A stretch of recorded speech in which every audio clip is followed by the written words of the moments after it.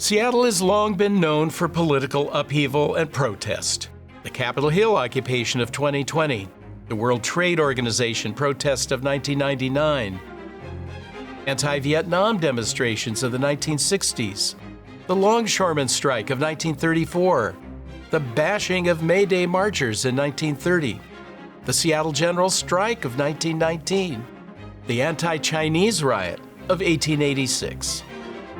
Such was the case during what was supposed to be a glorious Seattle summer festival when sailors, soldiers, socialists, and innocent bystanders became embroiled in a violent conflict that trashed parts of downtown. Each side in this collision claimed their free speech was violated, and they were right.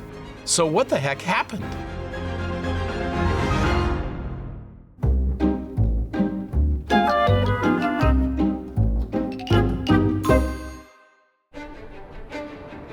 Today we have Seafair, Seattle's annual summer celebration. Its ancestor in the early 20th century was a multi-day festivity known as the Golden Potlatch, launched in 1911.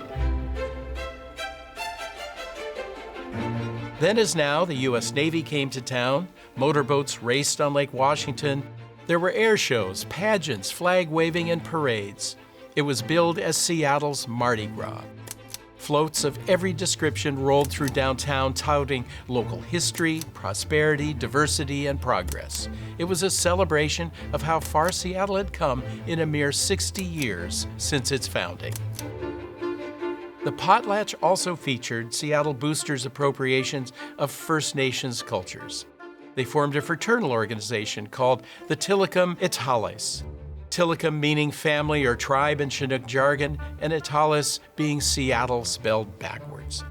They wore red face and dressed in garb associated with North Coast native peoples. They performed elaborate initiation rituals, and some even marched in Ku Klux Klan-like robes. The word potlatch described a ritual of wealth sharing in some Indigenous communities, a practice that was banned in Canada in an effort to suppress Native cultures. In Seattle, it meant a civic celebration of spectacle, crowds, and saloon hopping. In 1913, the Golden Potlatch crowd gathered in Pioneer Square, a centerpiece of the festivities. Seattle, already known for its lefty activists, allowed soapbox speakers to address the public on street corners. At Occidental Avenue and Washington Street, a speaker, Mrs. Annie Miller, was promoting women's suffrage when a drunk sailor was said to have insulted her. Along with 8 or 9 other sailors and soldiers, they knocked over her table, scattered her literature, and punched her, or so it was claimed in a sworn affidavit. A well-dressed man is said to have attempted to defend her honor, and a street brawl ensued. A different version of events was trumpeted by the Seattle Times the next day. They claimed the speaker was a member of the Industrial Workers of the World, the radical IWW known as the Wobblies, who were widely considered anti-American.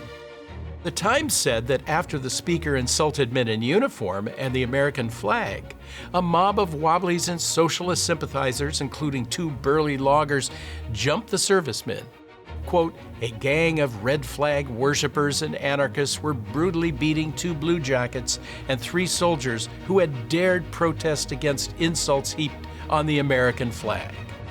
The Times also reported that a National Guard officer and a group of Spanish-American war veterans had threatened the Wobblies with violence if they started anything further.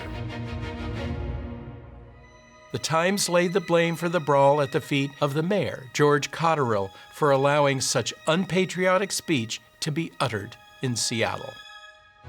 The next night, thousands gathered in the streets, bolstered by hundreds of sailors and soldiers, as well as booze-fueled potlatch revelers. A riot of revenge resulted. Led by servicemen who rampaged through the streets of downtown, it was an orgy of destruction leveled at anything connected with the IWW and socialists. Offices were trashed and emptied of their contents, some of which were set alight in the streets. Even a gospel mission was attacked in the whirlwind of rage. The police, observers noted, let the patriot riot continue with little intervention. The next day, the Seattle Star blared "City Under Riot Law" and ran photos of the extensive property damage on the front page. They explained that the city charter gave the mayor the right to take control of the city's police force to restore law and order. Mayor Cotterill shut down saloons, halted liquor sales, banned street speakers, and accused the Times of a, quote, plain and willful inciting of the riot. He ordered the newspaper shut down. He sent police officers to surround the Times building and demanded the Times submit copy to him for approval before it could be published.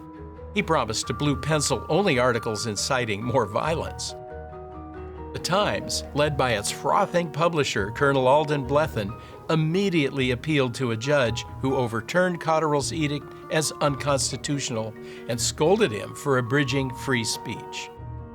Freed from the mayor's ban by the court, the Times followed with a headline blaring, "Mayor Cotterill attempts the role of czar." Vitriol flowed freely from the paper's typewriters, describing the mayor as, quote, "this despised man, advocate of anarchy, and the leader of the Red Flag Gang." The riot was largely bloodless, and no one went to jail because of it, but there was fallout.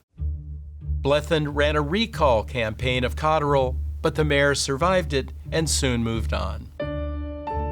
The Blethen family still owns and runs the Seattle Times, a remarkable multi-generational legacy for a local paper. As for the Golden Potlatch, it was tarnished by the riot and fizzled out a year later. The epic confrontation of 1913 was over who got the right to exercise free speech: soapbox speechifiers who criticized the government, or wealthy right-wing media owners. The answer, of course, is both. But it wasn't the last word.